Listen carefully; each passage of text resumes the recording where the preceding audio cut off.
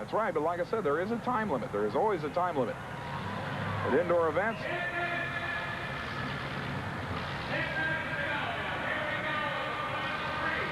But it looks like they have put the program into a showdown. They have extended the time period. The green flag is being waved. So it looks like the officials have decided to let the ladies slug it out rather than call it a three-way draw. Boy, there is literally nothing left to the back of the number 5 Chevrolet at the top of your screen. But the Black Widow still keeps motoring along as well. The red and white Buick of Cynthia Ayler is still the best-looking piece out there as far as minimal damage. Although I don't think minimal really fits any of the cars out there. But look at the front end of 36. Cynthia's car is virtually unscathed. And that proves that the lady knows what she's doing, because that's what she wants to protect the most. But now the bumper coming off of the Black Widow. Carol Shank's machine once again loses fire. The Black Widow trying to be started up, gets hit while she's trying to start it up. So Cynthia Ayler hopes that that hit will put the Black Widow out of the field for good. Meanwhile, the Big H Speedway machine of Brenda Pounds sits by the wayside as Cynthia Ayler makes one more hit on the Black Widow. I can't see how the Black Widow can come back after that. Hey, we've seen it before. No question, we've seen it before. Now we're down to 2 drivers as the officials have extended this time period into a sudden death playoff, as it were.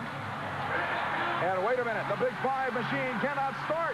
Cynthia Ayler makes a solid hit, and the crowd is loving every minute of it. Cynthia Ayler, the last car running. No, the Big 5 machine starts up, and she's got to keep it within the boundary lines. Oh! And she's within a 6-inch distance of being out of the park. Unbelievable job. The Black Widow, by the way, apparently cannot start up, so it is officially down to these 2 cars. Question is, can the red and white Buick of Cynthia Ayler outlast Brenda Pounds, number 5?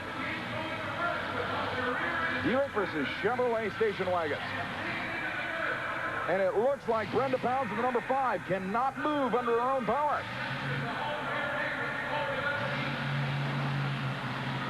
It looks like it may be over, Shelley Herman. Well, Cynthia's going to take another run at it just to make sure that... Oh, there's the red flag on the number 5 machine. Cynthia puts in one hit for good measure, but Cynthia Ayler in the Almeida Auto Parts Buick station wagon takes a win. Listen to this crowd. Well, down on the floor of the Houston Astrodome here in Houston, Texas, is Ernie Adams, a 480cc motorcycle that will take this man up a takeoff ramp at one of the fastest speeds ever for a motorcycle jumper. Shelley Herman, this young man's got his work cut out for him here on his first jump attempt. I had a chance to talk to him before he got all suited up for this run, and he really approaches this a lot differently than a lot of the other drivers.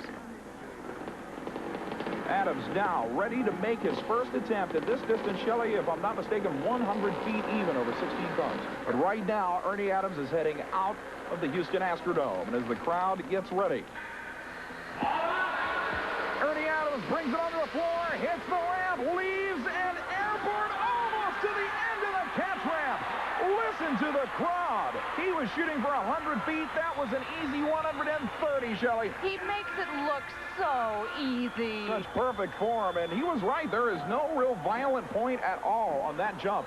An absolutely incredible jump for Ernie Adams, and I don't even think Ernie thought that he could go this incredible distance. He was shooting for 135 feet, remember, and the machine already landed at 155 feet. I think he honestly could have jumped 20 or 21 cars in this particular battle. What an incredible performance for a young man who is trying to gain a name in national event competition. If nothing else, you could see on the replay that this machine was in perfect form all the way through. The only real problem is that Ernie had a little bit too much speed on this particular landing as the machine compressed violently. But still, a phenomenal performance. His balance was absolutely impeccable. I think we're going to be hearing an awful lot more in the future about Ernie Adams. When we return, we'll get a chance to see the first female human bomb, Allison Bly. Plus, of course, the U.S. Auto Association's unlimited Track Your Tire mud racing competition. We'll be back.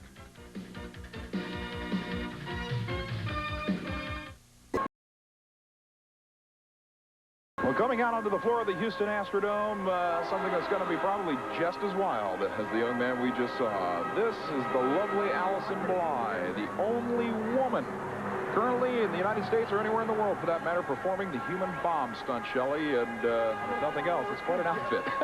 Well, I'm glad she's wearing that cape because it's kind of chilly out there with all that cold mud. Well, with 4 sticks of dynamite around her head, she doesn't want to hurt her clothes. Therefore, the less you wear, the less chance you stand of having a large cleaning bill. A practical woman as well as a thrill seeker.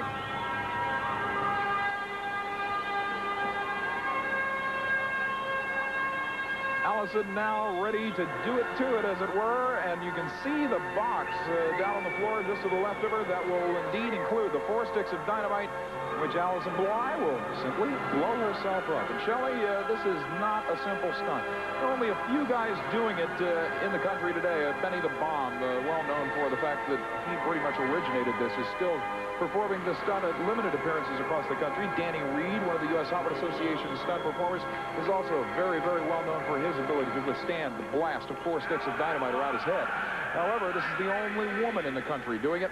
Allison Bly will be getting into that box. And like I said, there are 4 industrial sticks of dynamite, full sticks, located in the box right around where her head will be. Now, most of the performers use a Nomex sock, some kind of fireproof material over their heads. It doesn't look like Allison is going to be using much of anything to protect her at this particular stunt. Well, you know, I saw them setting this box up, and I can attest to the fact that this is a genuine stunt. It's not a trick of any kind. There's not a trap door in there, and that's just mud and floor under there. That's true, and the only real trick to the stunt is one's ability to prepare for it physically. Of course, there is a certain amount of mental preparation, as well. And it looks like Allison will be donning a helmet as protective headgear. That pretty much makes sense. In any case, as I was going to say, most of the performers, when they're involved in this stunt, will try to get the air out of their lungs before the blast. Now, the crowd will be counting down from 10 to 1 to start the actual explosion itself. And it's not a small pop. It is a tremendously loud explosion. Allison Bly, the helmet on, now prepares to step into the coffin, as it is called, believe it or not, by the stunt performers. That's seriously what is considered in the trade. She will lay down on her back, most likely. Okay, I'm going to move now. And then prepare for the explosion, the equivalent, the force of 4 sticks of dynamite directly around her head. She looks like she's really checking out everything just for that extra little bit of safety. Allison Bly now in the coffin, as it is called. The Dynamite Lady now getting the countdown from the crowd as we wait to see the results of the Dynamite Lady's explosion. Tremendous explosion. Allison Bly laying in the middle of the debris down there. We can see that much. It looks like she's breathing. And indeed, it looks like, with the exception of the effects of the concussion, Allison Bly has survived without a scratch. Like I said, it is no small explosion. Tremendous blast. Paramedics with her right now. Indeed, the camera crew is moving in. We should have an up-close look at Allison and the effects of the explosion in this minute. Looks like she's okay, and the crowd gives her a round of applause. Pretty incredible, Shelley. It's a heck of a way to make a living. Whoa! But you gotta love it. Tremendous job. And like I said, you're going to be hearing an awful lot more about Allison Bly and future stunt events. Tremendous job. Here on the slow motion, you'll get a chance to see the tremendous effects of that explosion. She gets thrown around in there, Shelley. No question about it. She gets blown quite a bit clear of her original starting position. This is the tractor tire or unlimited category. Shelley, these guys are not restricted to any size tire or any engine modification. They can basically do what they want. And we're going to see a little bit different performance out of these cars than we saw with the mud bogs earlier. It's true. These machines are much, much heavier than the super modified category we saw. We've been looking at 2,000-pound, 2,500-pound machines. These machines weigh 4 and 5 times as much. This is J.R. Metcalf from Tyler, Texas, with his 1977 Ford F-250 he calls the Texas Turkey. And how about an 8,000-pound vehicle? And blasting across the finish line in tremendous time. Now remember, this is an 8,000-pound truck, not a 2,000-pound or 1-ton lightweight, an 8,000-pound piece of equipment. So now, the strategy is a little bit different than we saw with the mud bogs earlier. Not only are they not restricted to engine type, but they're allowed to put as many motors as they want in this thing. This particular vehicle has not one, but 2 429 wedge Ford motors, one in front of the driver and one in the bed. On the slow motion replay, you can see those 60-inch tall Rice & Kane tires, manufactured by B.F. Goodrich, plowing through the mud. Remember, these things are driving through the mud, not over it. The elapsed time for the first driver out in the unlimited category, J.R. Metcalf, leads the tractor tire division now with an elapsed time of 3.32 seconds.